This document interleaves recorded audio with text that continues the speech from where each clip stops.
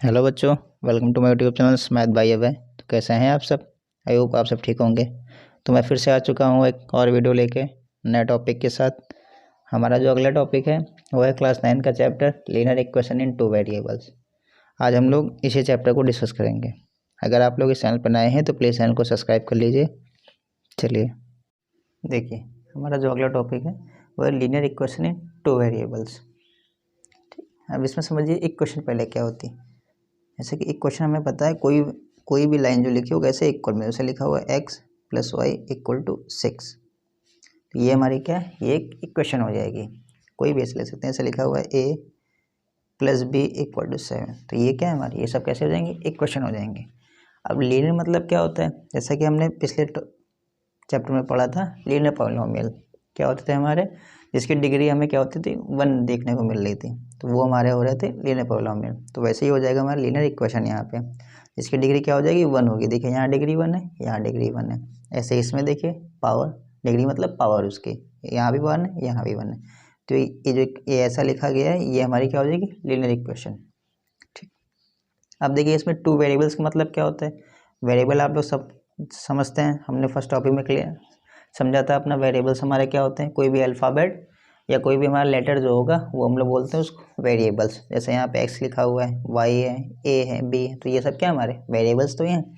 Two variables मतलब दो variable देके देखने, x and y, a and b, तो ये क्या हो जाएंगे, ये हमारे टू वेरिएबल हो जाएंगे। तो इस फॉर्म में जो हमारी इक्वेशन लिखी जाएंगी, x + y = 6, a + b = 7, तो ये हो जाएगा linear equation in two variables.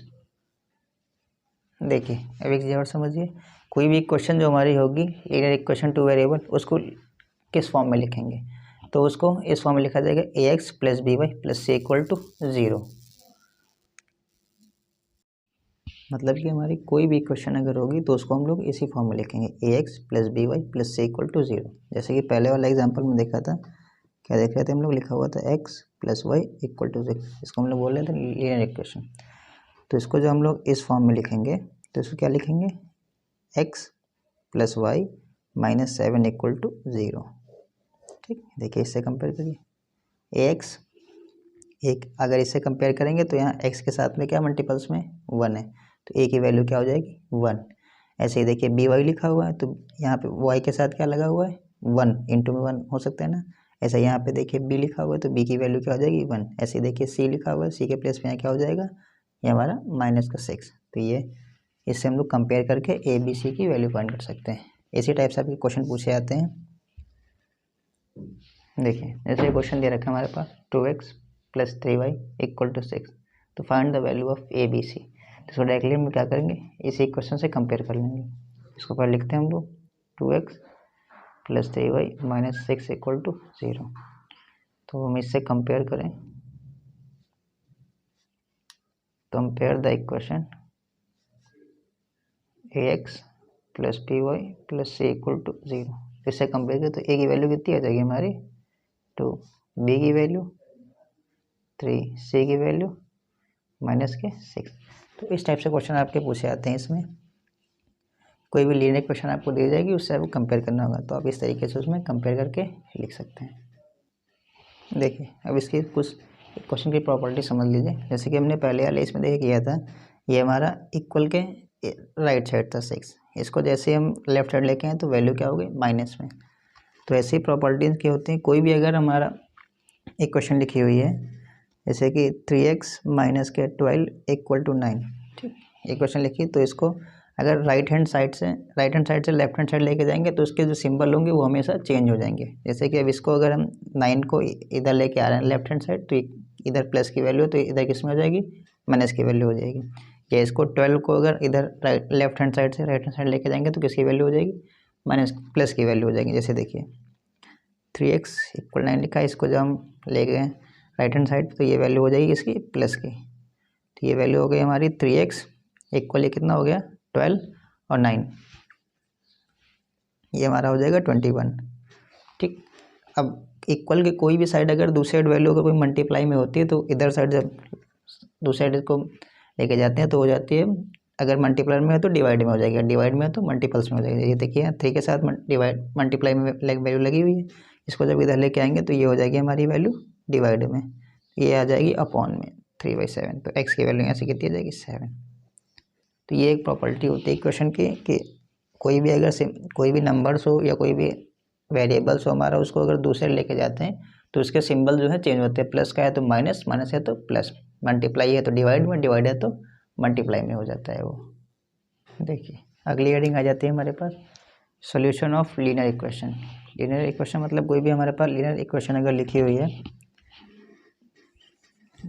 Linear equation in one variables, मतलब कोई भी इक्वेशन हमारे पास अगर लीनियर इक्वेशन लिखे उसमें क्या है, वन वेरिएबल है, तो उसको सॉल्व कैसे करते हैं। देखिए जैसे अभी ऊपर हमने देखा था यह एग्जाम्पल 3x - 12 = 9, तो इसमें देखिए हमारा वन वेरिएबल था। लीनियर इक्वेशन तो है ही है ये, लेकिन कैसी है, वन वेरिएबल्स की है। तो इसको जब हम लोग सॉल्व करते हैं तो x की वैल्यू ये निकाली, तो इसका जो सोल्यूशन आएगा वो कैसा होगा, वन यूनिक सोल्यूशन होगा। इसका मतलब क्या है, मतलब कि इसकी जो वैल्यू आएगी वो फिक्स आएगी, वो कभी चेंज नहीं हो सकती। x की वैल्यू जितनी 7 आ रही तो इसका मतलब 7 ही रहेगा। तो वो हमारा ये हो जाएगा हमारा linear equation in one variable. इसमें हमारा क्या होता है, लीनियर इक्वेशन वन वेरिएबल में जो हमारा सोल्यूशन होगा, जो हमारे सोल्यूशन होते हैं वो कैसे होते हैं, यूनिक सोल्यूशन होते हैं। ठीक, इतनी चीज़ क्लियर हुई। इसी में देखिए अगर हमारा हो इन टू वेरिएबल, मतलब जब हमारा लीनियर इक्वेशन कैसे हो, टू वेरिएबल्स में हो, तो उसमें देखिए क्या होता है, जैसे कि एग्जांपल देखें x + y = 12 दे रखा है। तो अब इसमें अगर हम निकालें वैल्यू इनकी, x और y की वैल्यू निकालें, तो अगर हम लोग एक बार लेट कर ले रहे हैं, x की वैल्यू 1 लेट कर रहे हैं, तो हमारे पास y की वैल्यू कितनी आ जाएगी, लेट एट x = 1 अगर हम यहाँ पे पुट कर रहे हैं तो x के प्लेस पे 1 आ जाएगा, y + y = 12। तो ये इधर आएगा लेफ्ट हैंड साइड से राइट हैंड साइड उठ के, तो ये वैल्यू किस में हो जाएगी, माइनस में हो जाएगी। तो y की वैल्यू कितनी आ गई, 11। ठीक, तो एक बार देखिए x और y की वैल्यू कितनी आ रही है, 1,11। ऐसे ही अगर हम x के प्लेस पे 2 रख के देख लें तो हमारी y की वैल्यू चेंज हो जाएगी, फिर 3 रख के देखें तो फिर वैल्यू चेंज हो जाएगी। इसका मतलब कि लीनियर इक्वेशन जब टू वेरिएबल्स में होते हैं तो इनके जो सोल्यूशन होंगे वो कैसे हो जाएंगे हमारे, इनडेफिनेट मैनी सोल्यूशन, मतलब इसके काफ़ी सारे सोल्यूशन हो सकते हैं। Indefinite many solution. One variables में क्या होगा, हमारे यूनिक सोल्यूशन होंगे। जब टू वेरिएबल्स हो जाएंगे तो हमारे कितने हो जाएंगे, उनके इनडेफिनेट सोल्यूशन हो जाएंगे इसके। इतनी बात क्लियर हो गई आप लोगों को। चलिए देखिए जैसे यहाँ पे एग्जांपल दे रखा है, which of the following option is true, or y = 3x + 5 has a, मतलब ये क्वेश्चन हमें दे रखी है, इसके पूछ रखा है कितने सोल्यूशन होंगे। तो अभी हमने डिस्कस किया जब हमारे टू वेरिएबल्स होंगे तो उनके सोल्यूशन कैसे होंगे, हमारे इनडेफिनिट मैनी सोल्यूशन हो जाएंगे।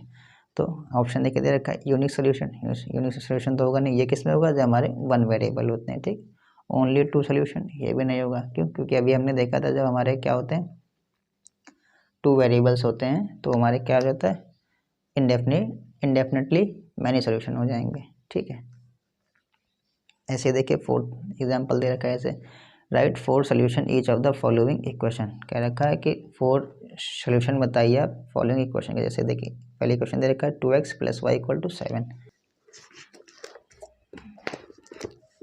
ये देखें यहाँ पे एग्जांपल दे रखा हुआ है 2x + y = 7। जैसे ही हमने इसको देखा था तो हमने एक वैल्यू से फाइंड कर ली x की वैल्यू, फिर हमने पुट कर लिया। आप यहाँ पे x को भी वैल्यू 1 पुट कर सकते हैं या y की वैल्यू 1 पुट कर सकते हैं, जो भी आपको सुटेबल लगे उस तरीके से आप सॉल्व कर सकते हैं। 4 वैल्यू निकालनी है तो 4 टाइप से आप नंबर कोई भी ले लीजिए। जैसे यहाँ पे 1, पहले 1 पुट किया गया तो x की वैल्यू निकाल ली गई, तो जो हमारे पॉइंट आ जाएंगे वो y तो 1 हो गया, और 1 रखने पे x की वैल्यू कितनी आएगी 3, तो पहले सोल्यूशन जो बनेगा कितना हो जाएगा 3,1।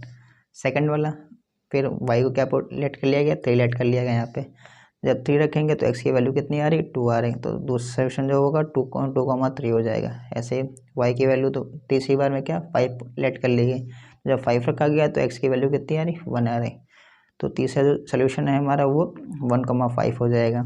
ऐसे ही हमारे 4th नंबर पे पुट क्या किया गया है, वाई को 7 पुट कर लिया गया है, तो यहाँ पे एक्स की वैल्यू कितनी आ गई, 0 आ गई, तो हमारा 4th सोल्यूशन कितना हो जाएगा, 0,7। इसी टाइप से आप अपने क्वेश्चन अपनी बुक से देख के कर सकते हैं। चलिए आज की वीडियो में बस इतना ही, मिलते हैं हम लोग अपनी अगली वीडियो में। अगर ये वीडियो आप लोगों के लिए थोड़ी सी भी यूज़फुल हो तो प्लीज़ इस वीडियो को लाइक और चैनल को सब्सक्राइब जरूर कर लीजिएगा। ठीक है, तब तक के लिए गुड डे।